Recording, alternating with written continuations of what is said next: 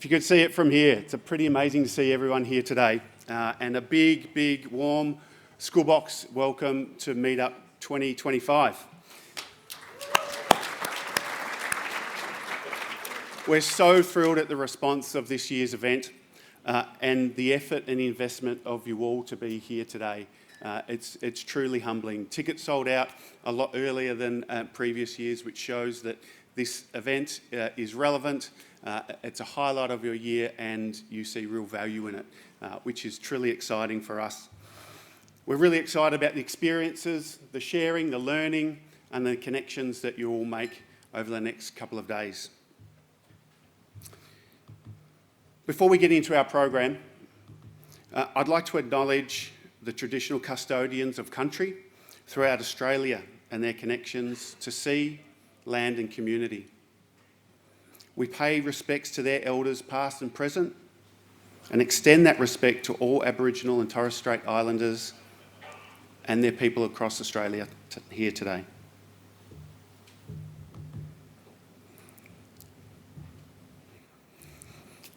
What started 14 years ago as a concept that is now called Meetup, and it's Meetup for 14 years, in one single classroom in New South Wales, has turned into this event here today. The DNA of Schoolbox is reflected in this event. Connection, learning through collaboration, partnership, growth and celebration. We're truly humbled by the efforts of you all to be here today to make Meetup 2025 the best yet.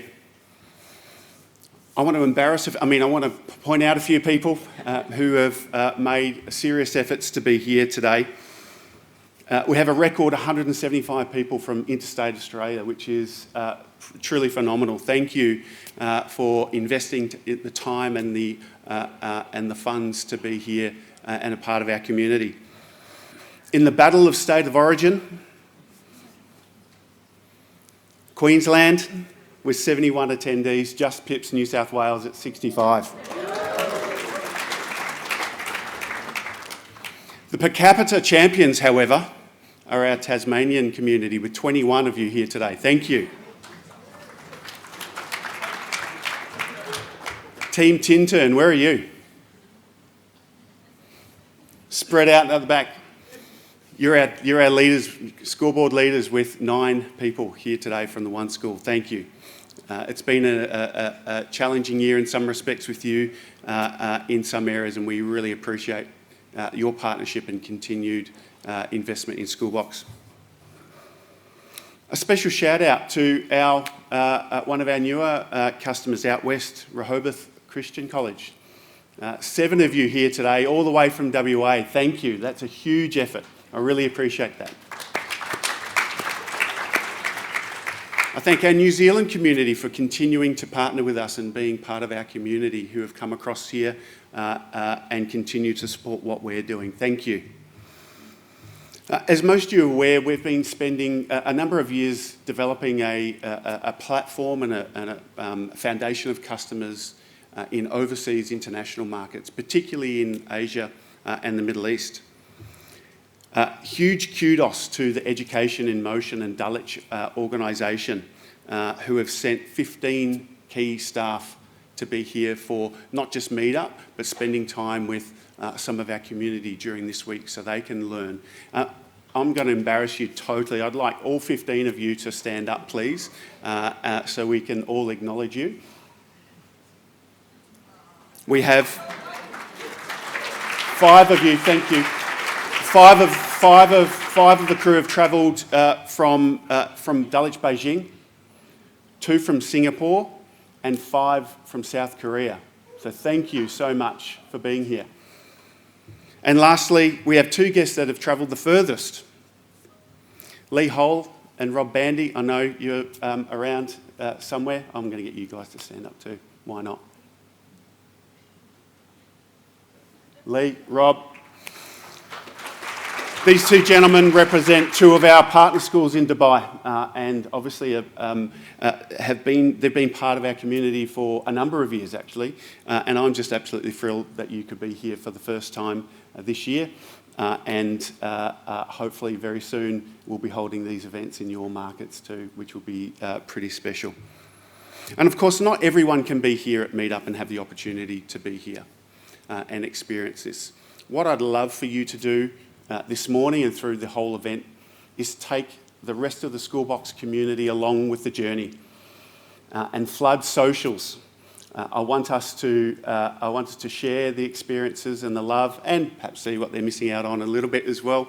On most of our slides, we have our hashtag, which I'd love you to use so we can connect and create some incredible threads. As you all know, Schoolbox believes that to create the most meaningful solutions, we need to work with our partners in industry and even those that compete with us at times. And once again, we've been privileged that a number of our closest partners are here with us for this event to bring extra value and opportunities, have rich conversations with leaders of these companies. I really want to thank, firstly, our premier partners, Clipboard, GeoSnapshot, IntelliSchool and Paperly, for not only an incredible few years, but also being a part of this community and being here today. Thank you. A number of our CIS or MIS partners for those abroad. Obviously we have Veracross, ISAM Central here today, and we really want you to learn more about what they can provide as really strong opportunities and really strong partners in this community. We have obviously our integration partners as well, some of our key ones there with WAND, PIPS and Atlantis. There's a really unique opportunity to spend time with just a few, a select handful of our partners that will bring extra value, and you'll be able to have conversations with really senior people from those businesses today. So take advantage of that and engage with them throughout the event.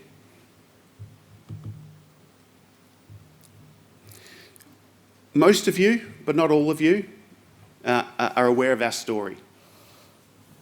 23 years ago, James, Sean and Matt started a business called Alaris and had a number of products, and Schoolbox was one of those.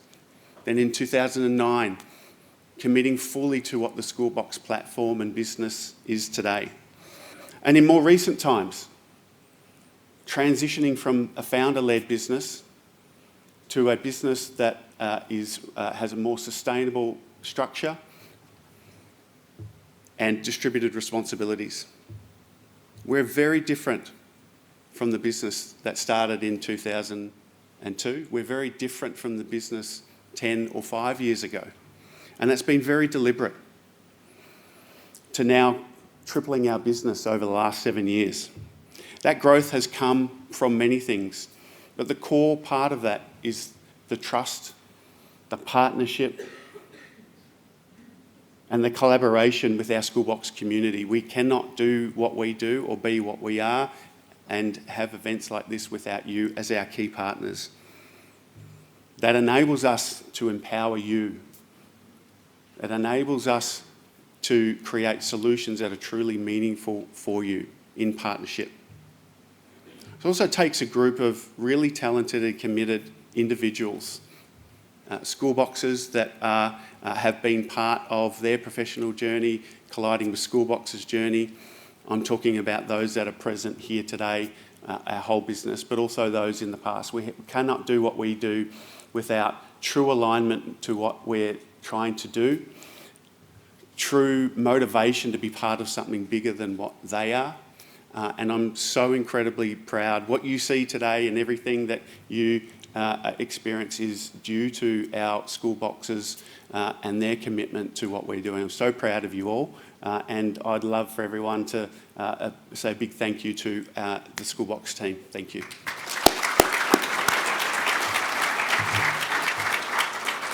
We've shared our journey over recent years, in particular over the last 3 to 5 years. We've certainly been through for those that know the phrase, the storming, norming and performing stages. We've certainly been through those storming phases. It's almost felt like storming to norming, back to storming to norming.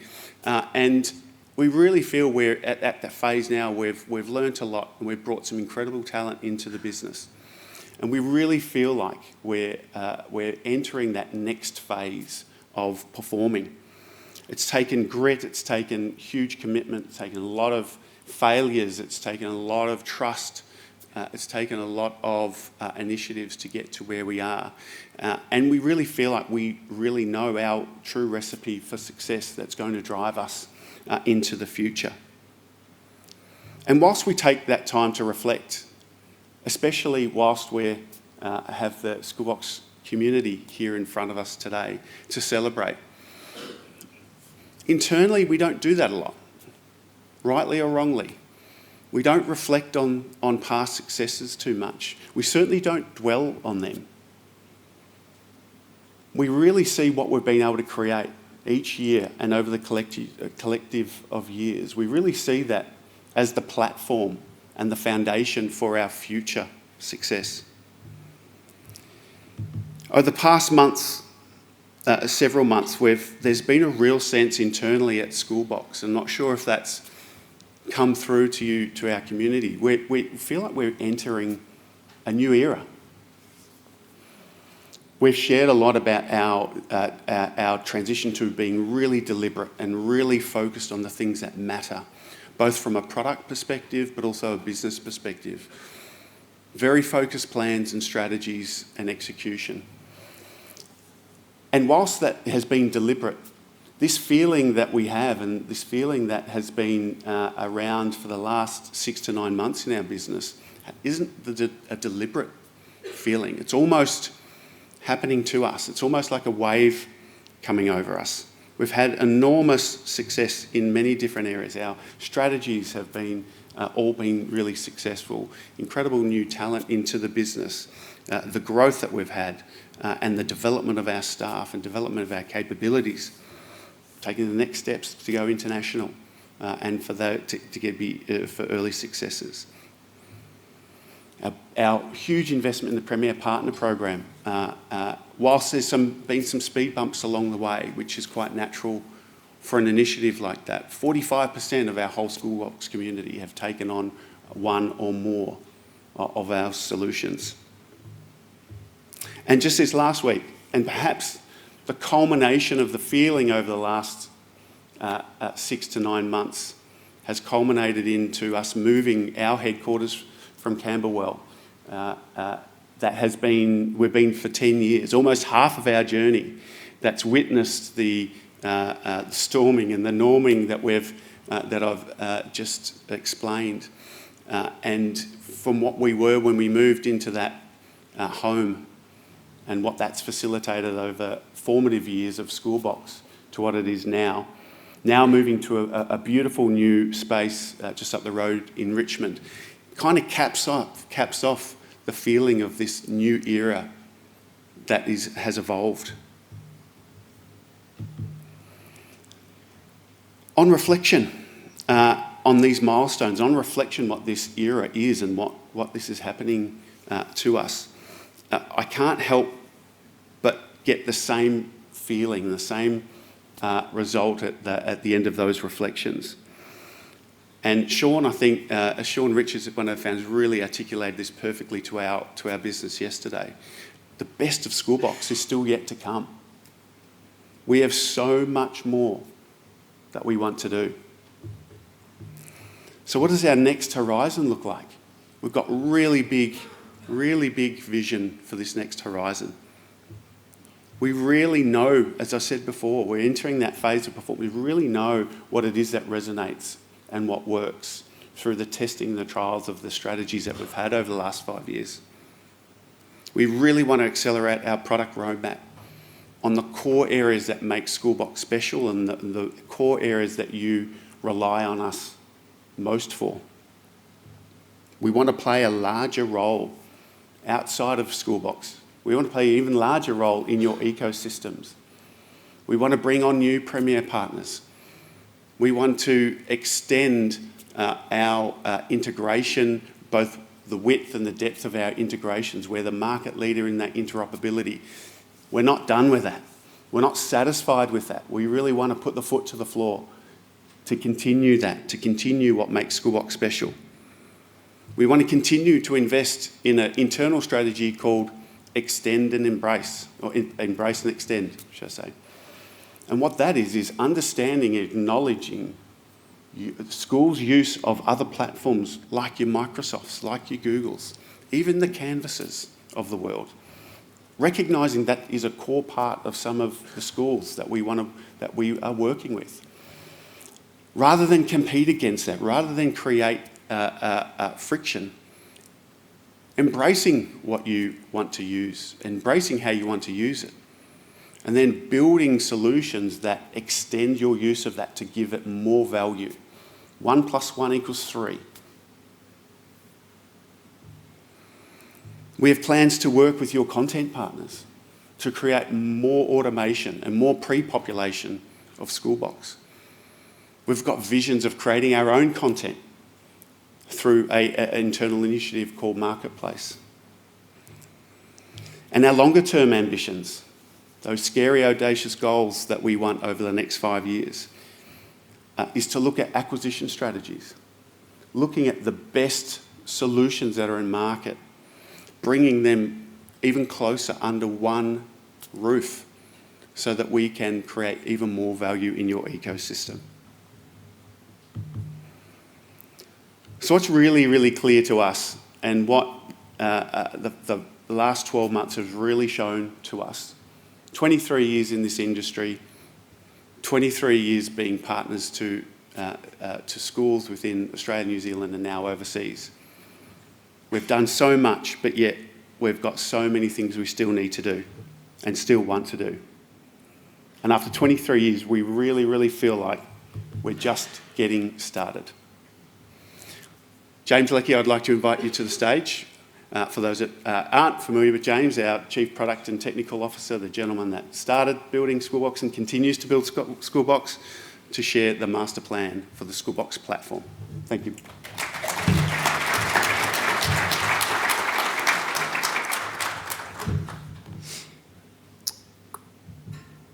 Slides.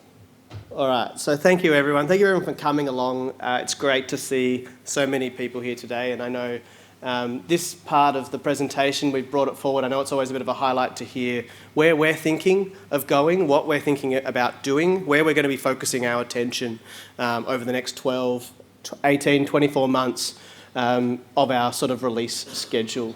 You might have noticed this year we've increased our release cadence. We've gone from 2 releases a year to 3 releases a year. We expect that to continue next year and continue with that pace of release. We like the shorter release cycles because they mean there's less change management for you. It also means that we can deliver the things that you're asking for faster and get those things out the door quicker rather than them sitting around in our office with us knowing that we've built them but you not having them in your hands. So we look forward to releasing 3 times next year and hopefully delivering on some of these vision ideas that we have today. I've got to start whenever I'm talking about vision with the usual disclaimer that these are forward-looking statements. We try to do our best to tell us where we are thinking things will go, but these things will change.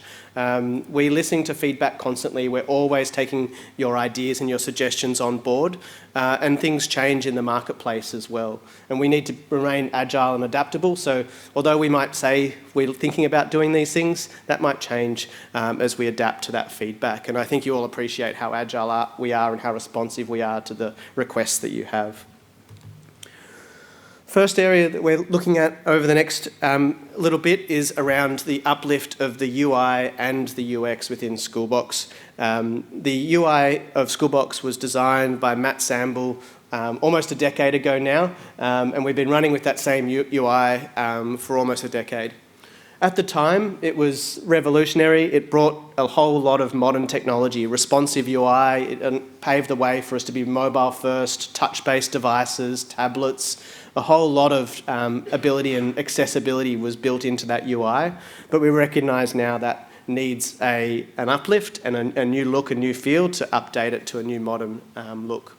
So over the next 12 months, we'll be rolling out a new UI, and we will be talking a bit more about that over the event.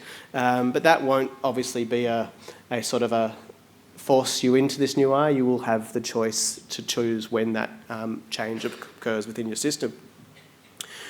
The other aspect of this is UX, and I do want to separate these two, just to talk briefly. UI is your look and your feel. It is the way the buttons look, it's the way the navigation looks.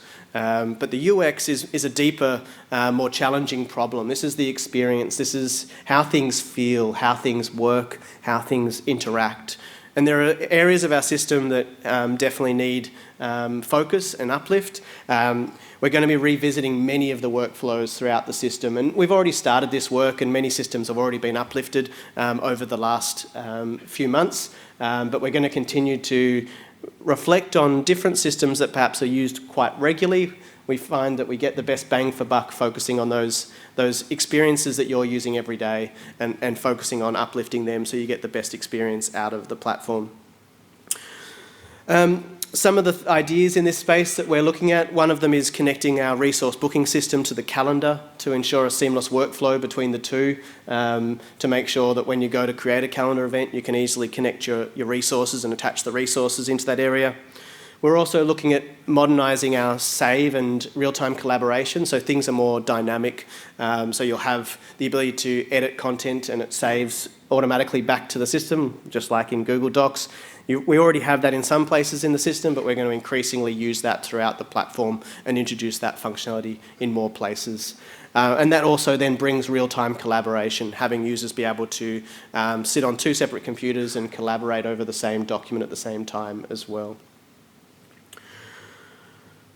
Moving beyond the UX and into the next area, curriculum planning has been a focus for us for almost 2 years now, or probably even longer, probably even going back 4 years. We began the journey towards being able to execute a proper curriculum planning system within the Schoolbox ecosystem. The idea behind this has been always the concept that a strong learning management system is backed by being related and linked back to the curriculum, allowing you to understand and assess whether you are delivering the curriculum effectively and organising and structuring your delivery of the curriculum across the entire platform, and then being able to report back finally on how the students have achieved the curriculum. So with all that in mind, we're going to continue to work on this area. And some of the areas of enhancement recently, like the unit planner, that was probably the big talking point with the last meetup. That has really set the scene for our curriculum planning functionality, but we're going to continue to go further in that space. Areas with the unit planner, we want to enable better collaboration, better version control so that you can take snapshots and track the curriculum plan from 1 year to the next as it changes. We also want to be able to enhance the ability for teachers to reflect on how well they delivered the curriculum planning. So they can actually come back at the end of the year and say, did my delivery work? Was it effective? What did I learn? How can I improve this for next year? So we want to improve those workflows around the unit planner to enhance that experience for teachers. We also understand that part of delivering the curriculum is scheduling. Often, we talk about that sort of scope and sequence, making sure that we're delivering things, applying the right timing and the right amount of time for each particular part of the curriculum and scheduling that curriculum delivery over the year. So we're looking at how we can better visualise and organise the delivery of the curriculum for that particular period of time. That's then going to enhance the ability to deploy that curriculum out into the classroom. So we'll be able to use that information to inform the dates that lessons start, the dates that assessments are due. All of those things will flow through with better sequencing of your curriculum. The other part of curriculum planning is around ensuring that there's the compliance piece as well. So this is the final piece of the puzzle, is making sure that when schools have accreditation or audits, this is always a key part of proving that the school is delivering against the curriculum.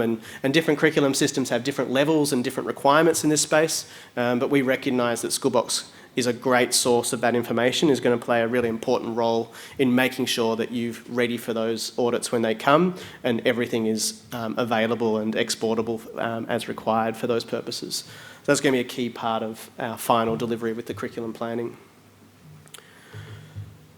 Moving into our next area is the evidence and observation capture. Once again, an area we've been working through for quite some time now. The term evidence for us is across a wide range of different tools.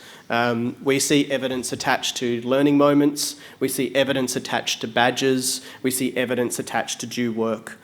So we see a whole wide variety of ways to capture evidence within the Schoolbox platform. But ultimately, we want to be able to report across all of those different types how that evidence has been delivered, what the student has done to demonstrate their learning, and how we can then provide that feedback to teachers about what's been done by that student and where, no matter where that was captured, whether it was one system or another. So traditionally, we've seen a very linear capturing of evidence through perhaps due work. We want to open that up to more flexible patterns where teachers can capture evidence in a range of different ways.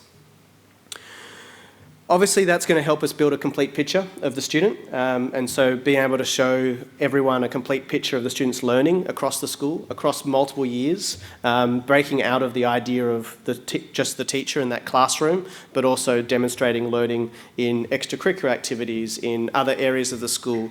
We're really excited by the idea of students being able to capture evidence of their learning beyond the classroom and then sharing that with the teacher for the teacher's assessment. With that, we want to be able to link all of this together ultimately to the summative report. So once you've got all of this evidence, we want to be able to present that evidence as part of the summative report as well. So making sure that we recognise the students' attainment, what they've delivered, and produce that as part of the summative report as well. So turning that evidence into teacher observation and marking and assessment, and then turning that into a final report within the summative reporting system as well. Obviously, all of this is a complicated process. There's a lot of mapping and organisation and controls that have to happen. So we're trying to make sure that as we introduce these new things, we are simplifying these processes and going back to the UX before. We want to make sure that we're making this as seamless as possible throughout the process, both for student and for teacher. Student insight and differentiation is one of our key goals, is to make sure that Schoolbox delivers a truly differentiated experience for every student, so that every student's got a highly relevant learning experience to their needs. To do this, we're starting to unlock the power of our pastoral care system to provide insights to teachers. And we're going to be utilising things like AI to effectively help teachers differentiate the students' learning through the platform.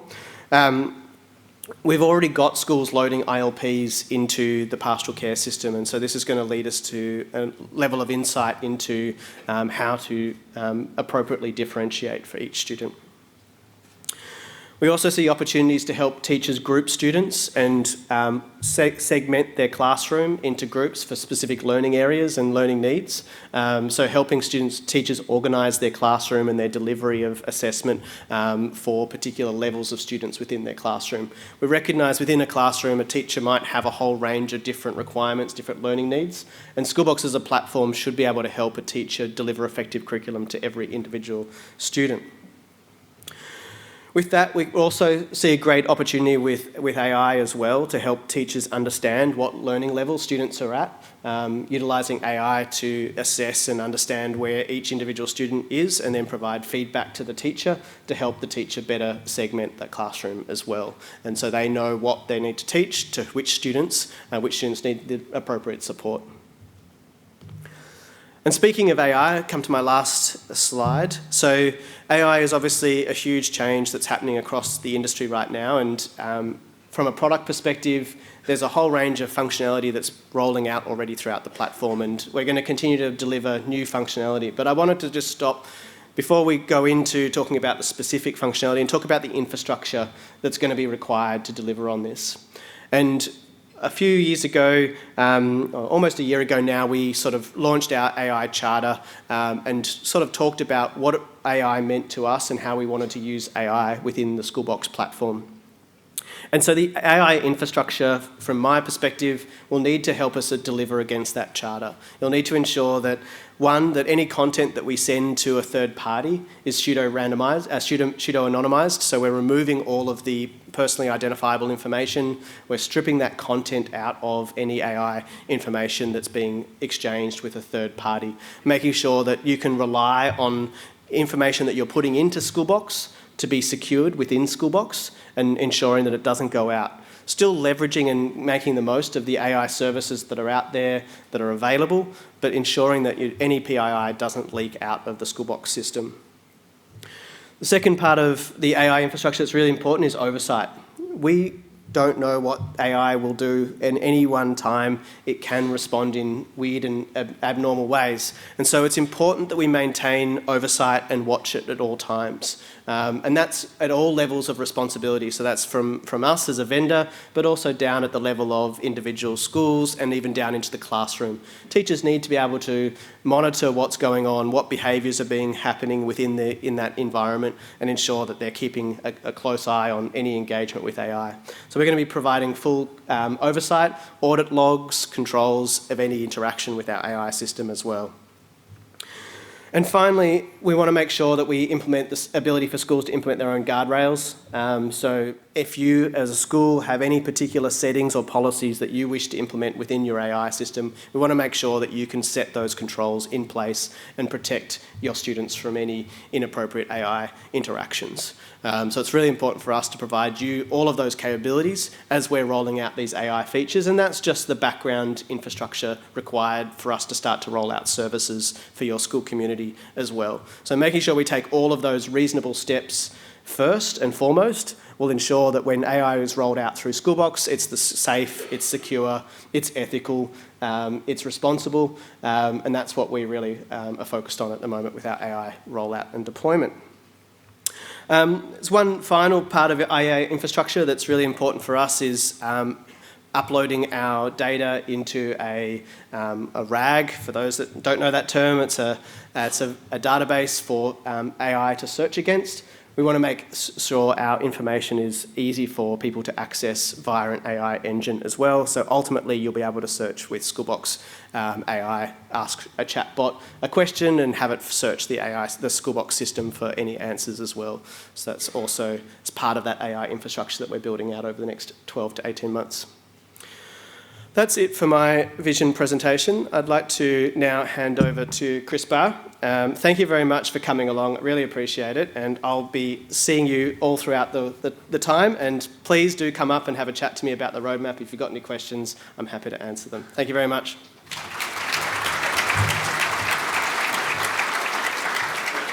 Thanks, James. Ladies and gentlemen, at Schoolbox, engagement sits at the heart of everything we do. By connecting students, staff and parents in meaningful ways, we strive to create the foundation where every stakeholder is supported across your schools.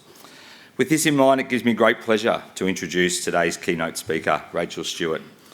Rachel's journey into parent engagement began with a simple but powerful realisation as a mother of three, that the gap between home and school was limiting children's learning. What started as a personal passion soon evolved into a career-long mission to bridge that divide, helping parents and teachers work together as partners in education.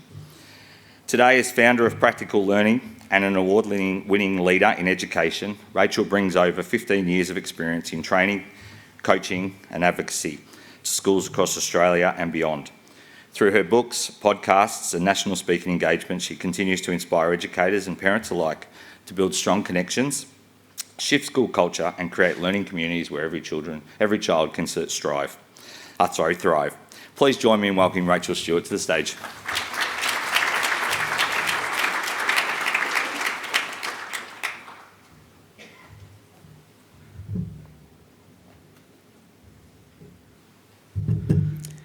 Wow. How is everyone this morning? How is everyone feeling? Good? Excited?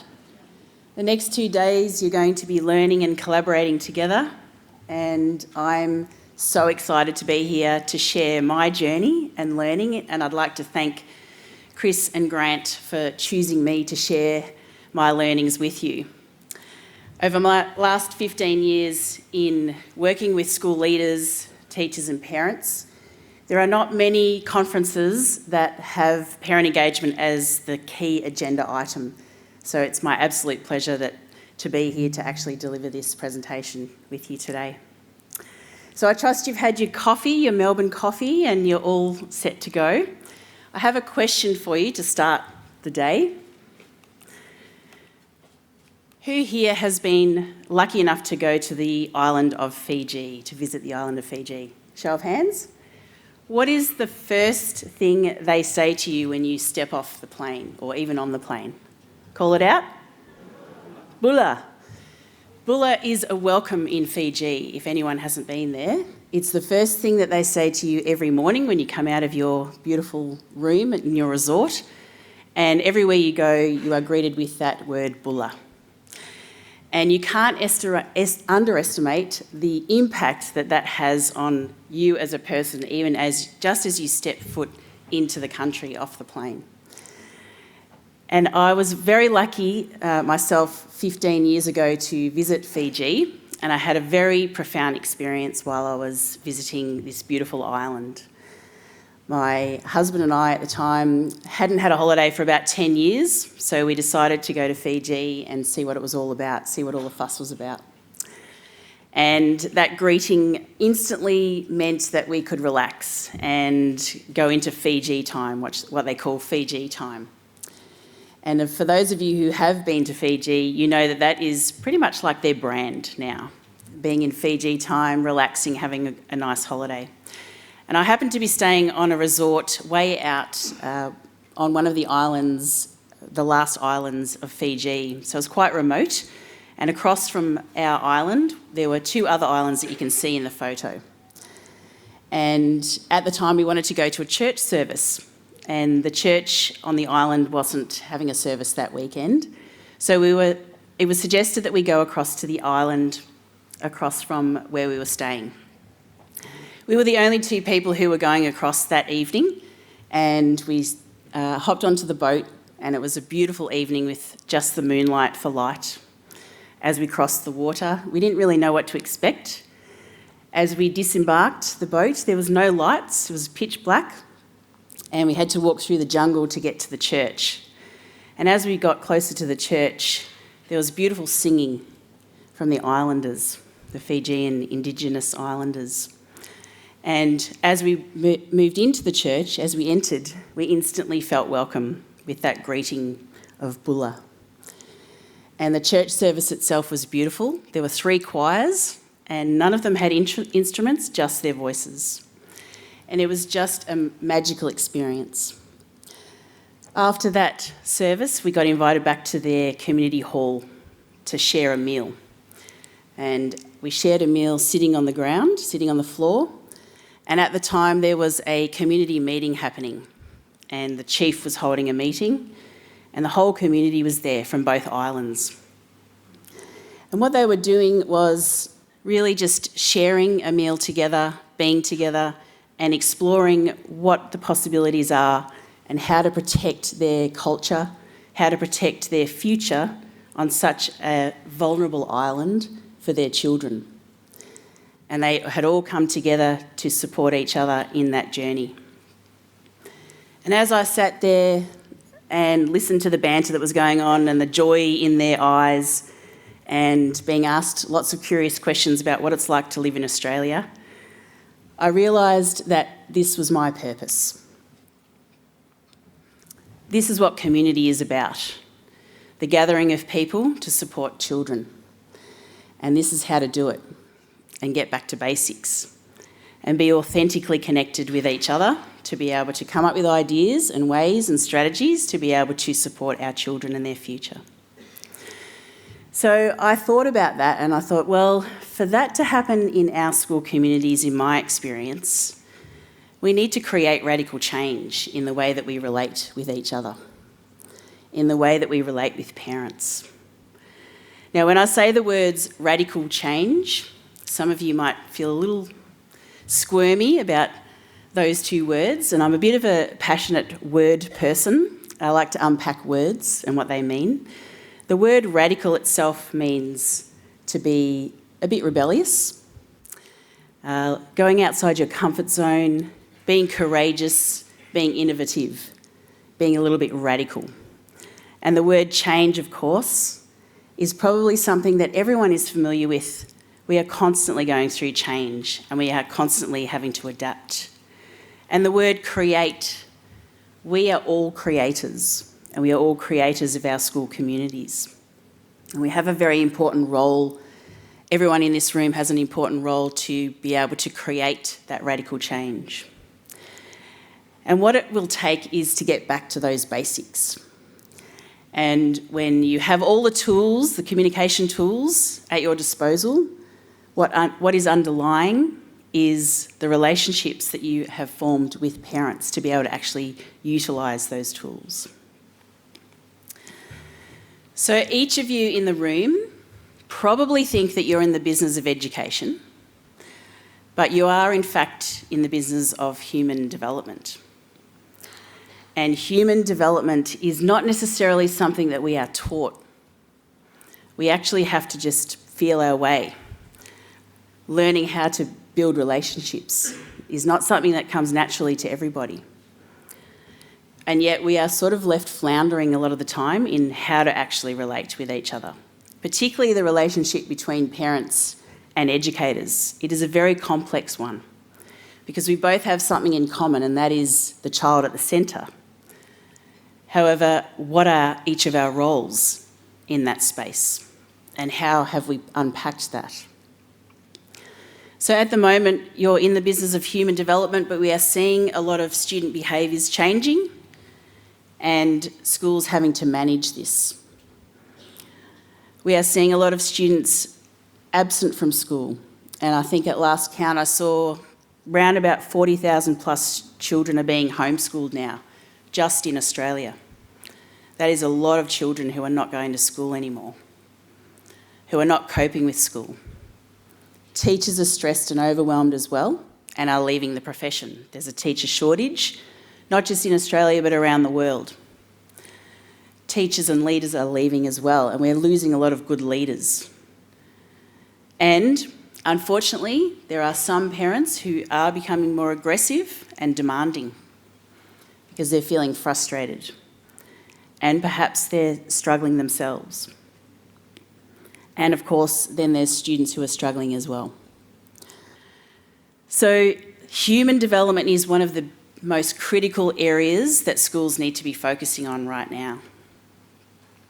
Students over the past 25 years have started to steadily decline in their engagement and their achievement in some schools, in some areas, and student health and wellbeing has declined, despite the amount of data that we have now in education, and the cost of education has increased as well. And this is not just as a result of the pandemic. It is a steady decline over the last 25 years.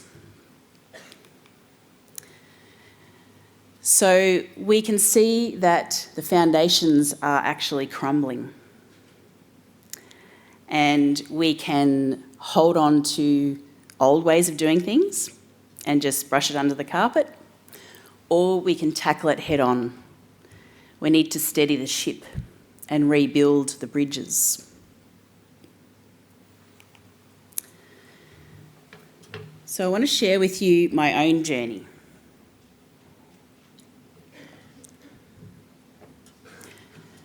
The person that you see on the left of the screen is me 15 years ago, before I started this journey into parent engagement. At the time, I was suffering from grief. I was dealing with the death of my stepfather and my father-in-law in the same year. I was trying to run a design business, and I had a husband who was away a lot, so I was pretty much a single parent trying to raise 3 children. And not long after my stepfather and father-in-law passed away, my brother passed away from brain cancer. So you can see on my face in that picture that I am not in a good place. And as with anything to do with radical change, there is usually a disruptive or a destructive event that occurs prior to being forced to change. And that event occurred for me, strangely enough, in the dentist chair. I had actually neglected my dental health. I was on the verge of depression and burnout, and I'd taken myself to the dentist because I realised that I needed to start looking after my teeth again. You can see that I'm not even smiling. And as I was sitting in the dentist chair, the dentist looked at me and said, "You don't strike me as the type of person who would neglect themselves." And that was like a slap in the face that I needed to wake up and realise that I needed to create radical change in my life. And as soon as I made that decision to take action, all these things started happening for me. Doors started opening and people started appearing. People started appearing to help me, other people started appearing to challenge me, and doors started slamming in my face as well. So one of the people that did appear at that time was the school principal of where my daughter had just started school. And he asked me to be the parent leader of our Kids Matter Parent Action team. He saw in me leadership potential that I didn't see in myself. So he gave me the opportunity to lead that team, and I did that for the next 5 years, and we transformed the school culture and the whole school community. Following that experience, I decided to use that model and take it to other schools, and that's when Practically Learning was born. And I became a critical friend for school principals who needed to understand why parents weren't engaging and how to actually bring them into the community and engage them in their children's learning. So for the next few years I did that, and then that led into my role as Executive Officer for Catholic School Parents Victoria, where I led a statewide parent body, advocacy body, and I found myself in pinch me moments sitting opposite Minister James Molino talking about parent engagement in his office here in Melbourne. And I also got a chance to meet education ministers in Canberra as well. And it was just such a strange thing for me to go from that person on the left of the screen to now having an influence at the table and bringing a parent perspective into education. But it wasn't easy. There was a lot of pushback, and there still is a lot of pushback in many schools where there is a fear of parents or a fear of that relationship developing. So I share that journey with you because I want you to know, and I want you to stay optimistic, like the song said at the start of today, about what's possible today and tomorrow as you move through the sessions and gather ideas. Have an optimistic outlook about what's possible in developing that relationship with your parents and families in your community. But ultimately it starts with you. I had to really dig deep and understand what my barriers were and what my limiting beliefs were to become the person that I am today. So I am a living, breathing example of creating radical change, starting with the self. So change happens when you actually make that decision to take action and to become a certain being. It actually becomes a part of your being. And when you decide to make changes in your school community to engage parents more in the learning of their children, it becomes a way of being in your school community. So before I move on to the next part of the presentation, I just want to pause for a moment, and I want you to turn to the person to the left of you and say, "We are connected." Can you do that for me now?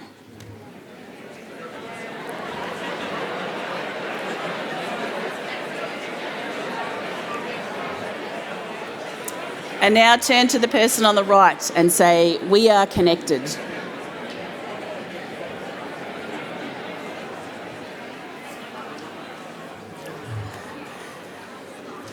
Thank you for your cooperation. So now you are connected to the person who you are sitting next to. You may not have known them before you just spoke to them then, but everything starts with connection. And having a deeper understanding of why and how we connect is critical for the development of a relationship, any relationship, and trust is the critical outcome as well. So I would like to share with you what success looks like in a school so that you can take away some of the learnings that I had in my experience working with St Mark's Primary School in Fawkner and several other schools that I implemented my parent engagement action teams so that you can take some learnings away with you today. And every school leader that I have worked with has been very intentional about this work. Intentions do matter. It can't just be up to the school leader though, it has to be a whole school approach, but it all starts with leadership. If the leader is not passionate about this work and about engaging with families, it's not going to work. So lucky for me, I've worked with school principals who've been very passionate about it and very intentional about making those connections with families. So over a 5-year period, on reflection of how we actually achieved this, I explored 5 different areas that we started with to actually build the connections between home and school. And it started with helping the staff understand that connection and that relationship. It all started with perceptions, because perceptions form everything that we understand about ourselves and about other people. And we can often form perceptions without actually self-reflecting first. So we did a lot of self-reflection with the staff. We got them to get their class lists out and go through every student and understand and talk about how much they know about that student and their families. And what were they going to do about that if they didn't understand or hadn't made that connection with their family or didn't really know much about that student. We also explored the roles of parents as partners in learning. Because often as a parent, and in my own experience and many parents' experiences, as you enter the school journey, you're not necessarily told what your role is. The last time you've stepped into the school is as a student, not as a parent of a student. And it has never been explained to me what that role looks like. And ultimately, it's because schools haven't necessarily looked at the parent perspective in that way, which is why I have worked with schools to help them understand that. So exploring staff perceptions and defining roles, but also defining the teacher role, the teacher's role, as opposed to the parent role, but how do we integrate those roles so that we're all on the same page? We also looked at how we're building community connections currently and what we need to do to improve how we enable those connections to happen. And one of the areas we explored was how do we build rapport with parents? How are teachers actually talking with parents? Do they know how to do they have rapport skills to start with? Do we need to teach them more about how to build rapport, particularly for parent-teacher interviews, and other ways that we can provide opportunities for parents and teachers to build rapport outside of parent-teacher interviews? So in doing this, we had to understand the barriers to the connection as well. There are fears of parents or fears of actually building that connection, for fear of judgment a lot of the time, and helping teachers understand that that is actually a perception that they have of parents, that they'll be judged. So rapport building skills was extremely important. Then we moved into communication, which is possibly the most important aspect of any relationship, and particularly the relationship with parents. And utilising tools like Schoolbox and other tools for communication, everything underpinning that is about relationship. So we explored how do we design effective communication of learning with parents that is simple for teachers to actually share, and how we actually communicating learning at the moment, because a lot of the time learning is communicated after the fact. So parents don't necessarily have an opportunity to explore the learning with their children at home that's currently happening. So we looked at that as well, and dialogue. How are we enabling dialogue with parents where it's two-way communication, not just information giving? And how are we providing opportunities for that to occur? So we explored this all through our Parent Engagement Action Team, which consisted of Deputy Principal, sometimes the Principal would be in our meetings, wellbeing leader and some other teachers that were able to attend our meetings, and a group of parents. And the parents were known as parent leaders in our school. We even had badges made up that said parent leader. So when we walked around the school grounds, the students knew that we were part of the leadership group. And the last point we explored was parent knowledge. So parent knowledge is a concept that has been created by Dr. Debbie Pusher, and I'll explain a bit more about her shortly. But parent knowledge is about how do we engage with parents to understand our students at a deeper level. And it's one of the AITSL standards, knowing students and how they learn. How can we learn more about our students so that we can build relationships with our students? And how can we explore the talents and strengths that parents in our community have to engage in our curriculum? So we had a lot of parents that would come in and talk with students about different topics that were related to the curriculum. And that is the way that we explored, and that's how we started to rebuild the community and the culture in the community. So we explored several of these main researchers, very well-known researchers in the area of parent engagement, who've been working tirelessly over the past 5 decades to research and to ensure that parent engagement is a top priority in schools, for government, and in the US, it's very well funded. And there are many organisations that are helping schools to actually implement parent engagement. So Professor Debbie Pusher, as I mentioned, from Canada, I've been lucky enough to have her out here as part of my work with Catholic School Parents Victoria to share her work in parent knowledge and mapping a pathway with parents. Professor Janet Goodall explores that important relationship between parents and teachers and what is causing it not to be developed. Why isn't it being nurtured in schools? A lot of her work centres around that and some of the superstition around that relationship.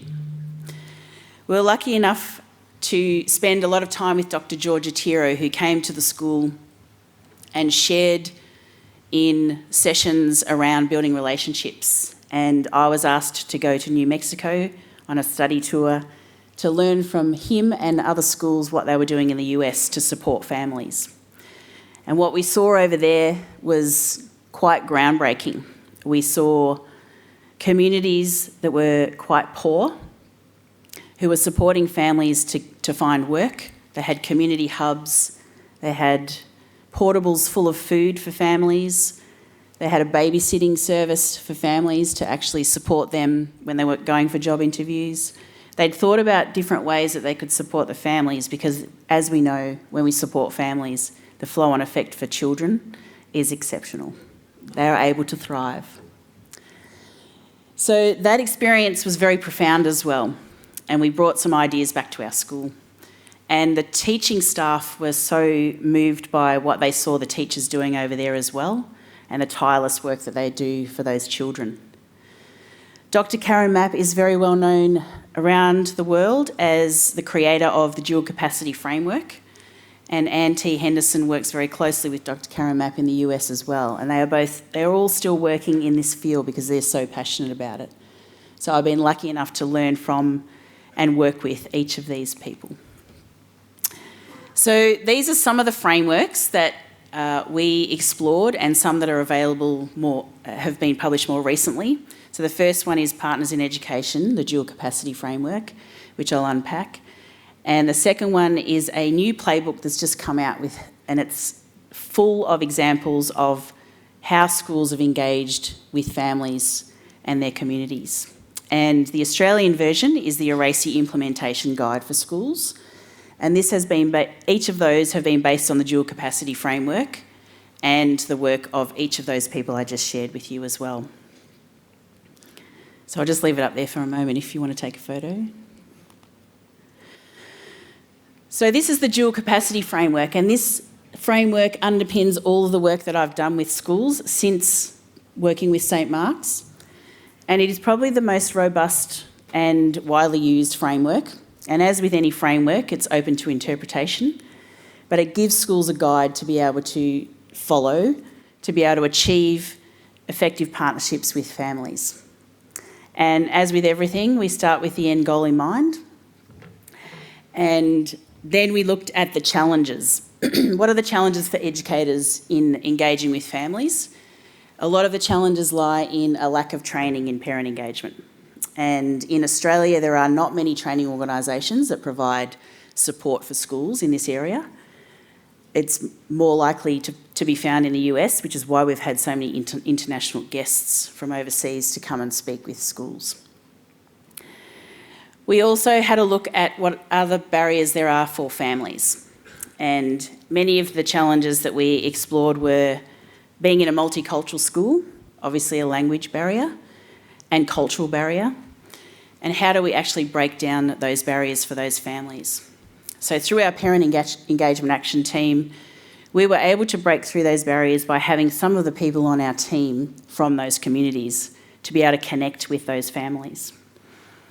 And really digging deep in and understanding what their actual cultural backgrounds are and what their limitations are. So if we're having school events in the evening, why aren't families attending? Because in their culture they don't go out at night and leave the family behind, or the time doesn't suit families because of other commitments. So there were different ways that we had to explore what is it that's preventing our school community from connecting. Then we had to look at the process conditions. So every process condition, every idea, every strategy needed to be relational. And it needed to be about learning. How are we communicating learning with families? And in the case of our Kids Matter Parent Action team, we were focused on wellbeing as well. How do we engage parents in the wellbeing of their children so that we're all supporting children together? Then we had to look at organisational conditions. What are the things that within a school structure that prevent the engagement from happening? It needed to be a whole school approach as well, and how do we actually achieve that?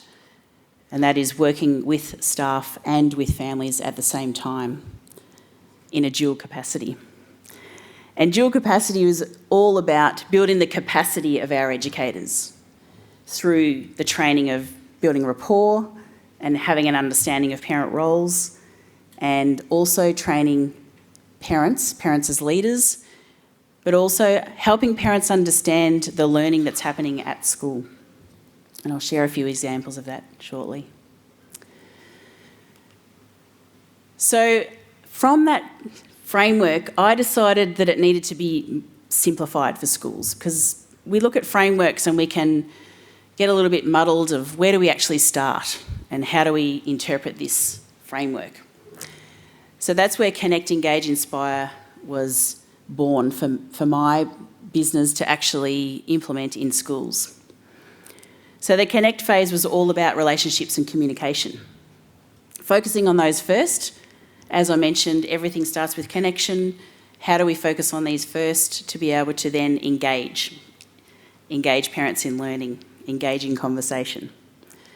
And then how do we inspire through our authentic connections through partnership and teamwork and building the team to be able to support the work?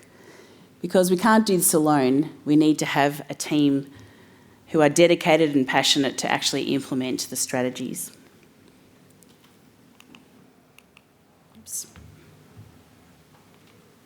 Oops, what's happened? I've lost connection.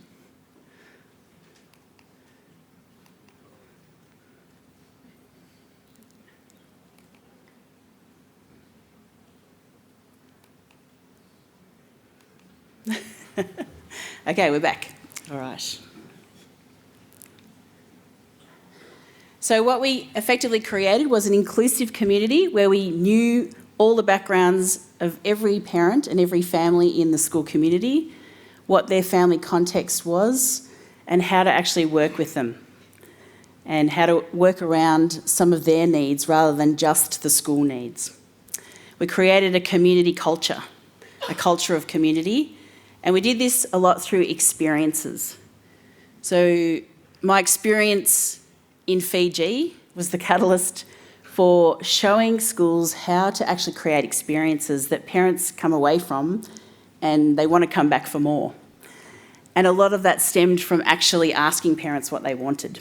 What information did they want to learn about their children's learning?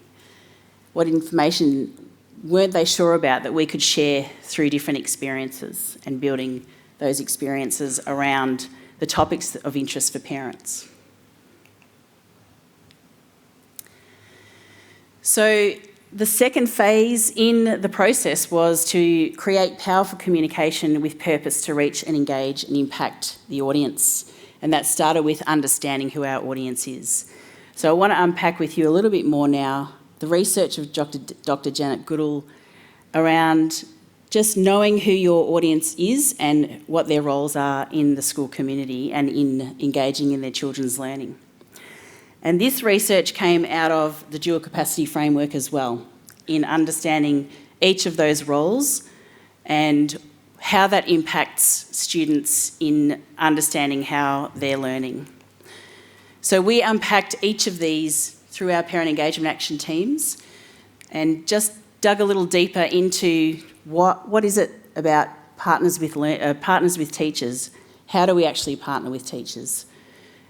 What is an advocate? How do parents actually advocate for their child's learning? So we ran these sessions with teachers and parents, and it was a real eye-opener for teachers to understand the roles of parents and for parents to really acknowledge that they had a lot of responsibility at home to actually engage in their children's learning. So some of the other frameworks that are available now include the EPIC research project, which engages parents in project-based learning. And as a parent myself, I was able to engage in my children's learning through projects. So through STEM projects and bringing the project into the home so that families could actually participate in those activities with their children and have an understanding of what they were learning.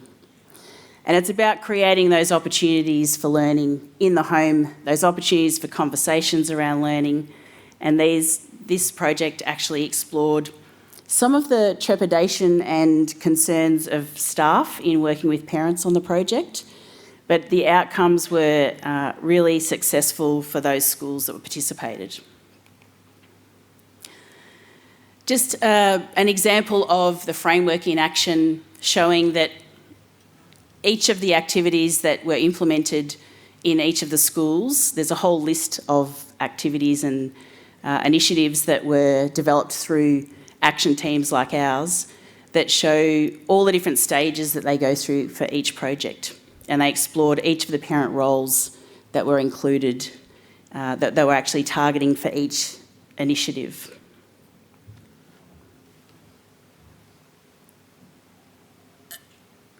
So these are some examples of some of the initiatives that were implemented through our action teams. So we ran parent workshops.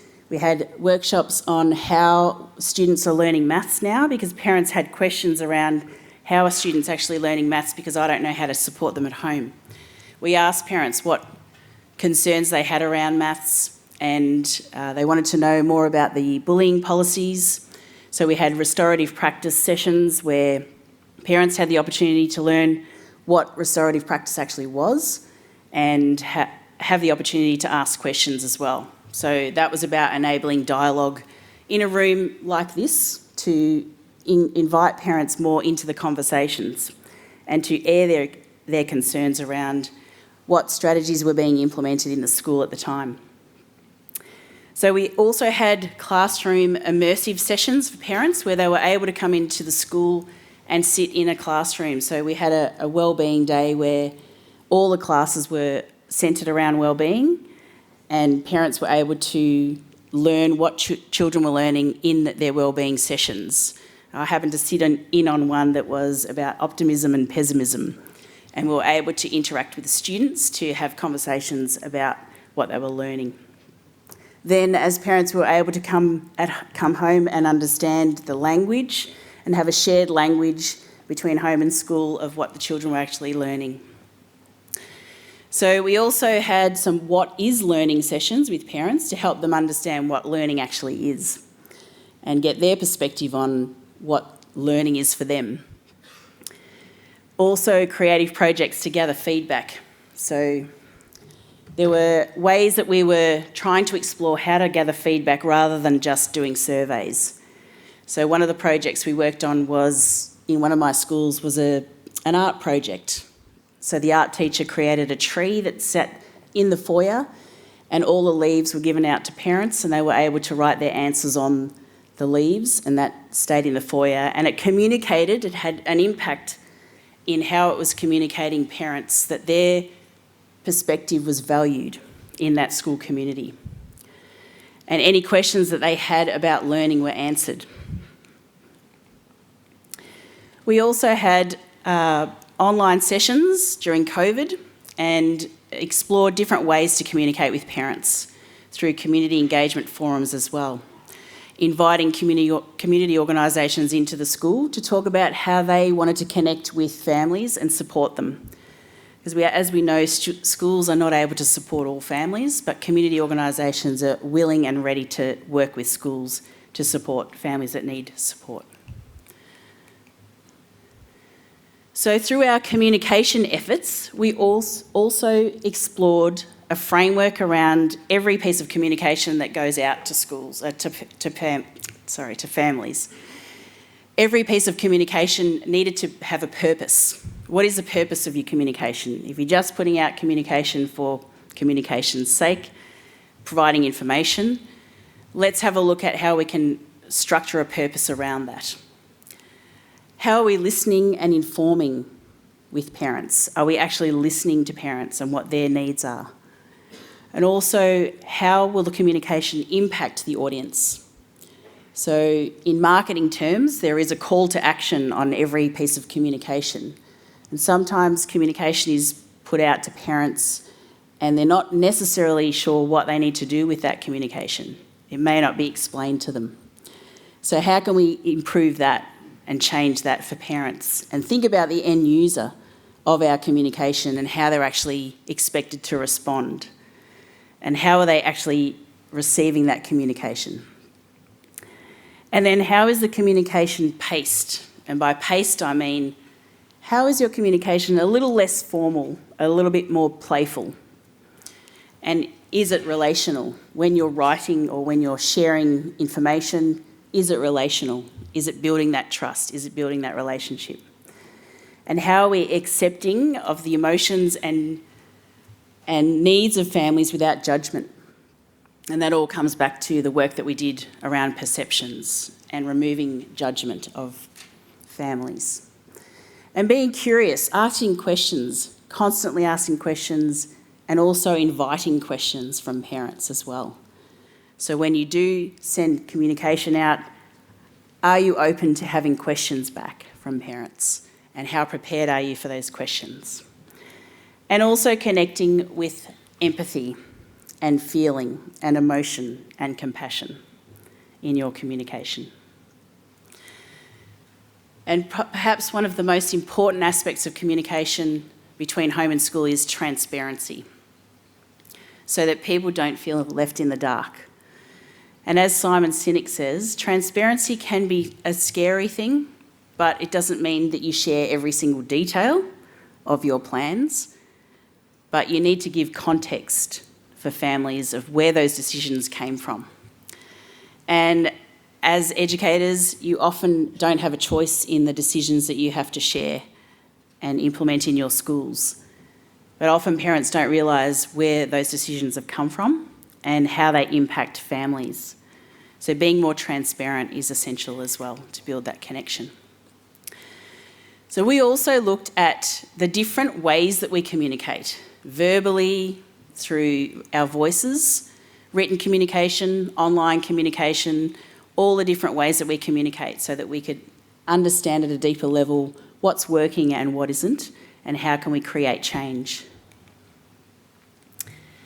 And then going back to the 4 C's in the dual capacity framework and how we create a criteria around each piece of communication.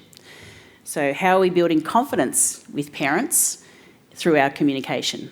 How are we connecting, really truly connecting with our audience? And how are we building cognition and understanding with parents of what their roles are, what they're supposed to do with the communication, and how to engage in learning at home? And everything is about building capacity. So having that at the forefront of your mind to actually build capacity of your staff and capacity of parents to support students. Then applying all that communication and the messaging is very clear around community and your intentions of what it is that you're trying to achieve as part of your school culture. So it goes through all the branding for new parents and for current parents, and really communicating those clear messages to parents that they are actually valued and welcomed in the school community. So then we come to the inspire phase, where with any group or organisation, authenticity is extremely important, to share who you truly are. One of the questions we asked our staff, that we asked staff, was to share a little bit about themselves with the families. And there was hesitation around that because they were worried that they would be judged, or that if they shared too much information, it might be held against them. But by doing that, we were able to show authenticity and build trust with parents. Because if you think about it, parents send their children to school and they don't really know the teachers that their children are having that year, or the multiple teachers that they have in secondary school. They don't necessarily have an opportunity to build trust. So providing a little bit more information about teachers provided that authenticity. And authenticity really is a matter of knowing yourself and looking at and meeting people without judgment, without putting them beneath you or above you, and finding that common ground. So when we do this, when we are authentic in our connections with families, it leads to healing. And we know that there are many people in our communities that do need healing. So you, as the guiding lights, showing the way, leads to healing of the school community. We often need to share stories to be able to discover that authenticity. And one of the things that we do with our Parent Engagement Action team to build the team itself and to build the community is to share our stories, our origin stories, so that we understand where people have come from, why they're there, why they're passionate about being part of the team and being part of the community, and what is it that they have, what are their hopes and dreams for their children as well. So I hope that you have taken a few things away from my presentation today that you can take back to your school community and really think about some of those key points that I've raised today as you move through the next 2 days, and understand that it is about growing community, and there's a lot of themes across the next 2 days that are synchronous in growth, journey, and building community and connections. So I hope you've enjoyed my presentation today, and I hope to meet some of you soon, and enjoy the next 2 days, and I'll see you soon. Thank you.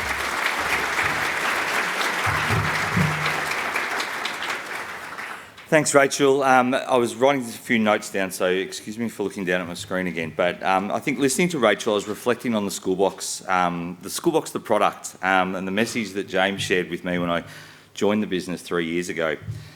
And he talked about, I remember him talking about his purpose of creating Schoolbox, and it was around connection, communication and collaboration, and it sits on some of our taglines that we see. And listening today really resonated the importance of connection and communication and getting that right. We often speak with schools, especially new schools that join Schoolbox, and there's anywhere from 5 to 25 communication methods with technology within a school environment, and that varies when you hit K to 12 schools, from the primary school, from the ELC to the secondary school. So some of the things that you've talked about today really resonate, and I think challenge people as well. I want to thank you for sharing your presentation. I want to thank you for your openness to share your journey. It's really difficult to stand up and talk about some of the things that you've talked about and how you got to where you were, and the amazing things you're achieving with schools recently. I think the Connect, Engage, Inspire framework provides us with a real practical lens for reimagining the role that parents play, and how important they are in that child's journey. And today I think you've encouraged us to look at radical change and think a little bit differently about what you're doing in the schools.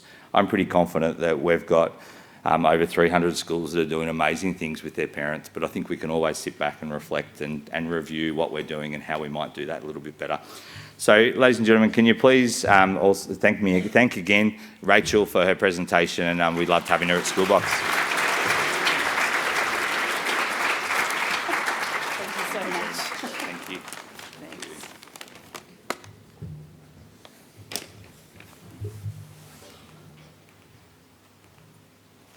As we move... Sorry. Thanks, Evan. As we move into the next part of Meetup, we're about to move into morning tea, but I just wanted to encourage people about making the most of Meetup. We can stand, as a business, we can stand up and we can talk about the product, and we can talk about how the product can be used within schools, but at the end of the day, it's about what you guys do in the room with the product to make it special for your context. So we really encourage you to share, to celebrate, to show things that you're excited about to people within the room.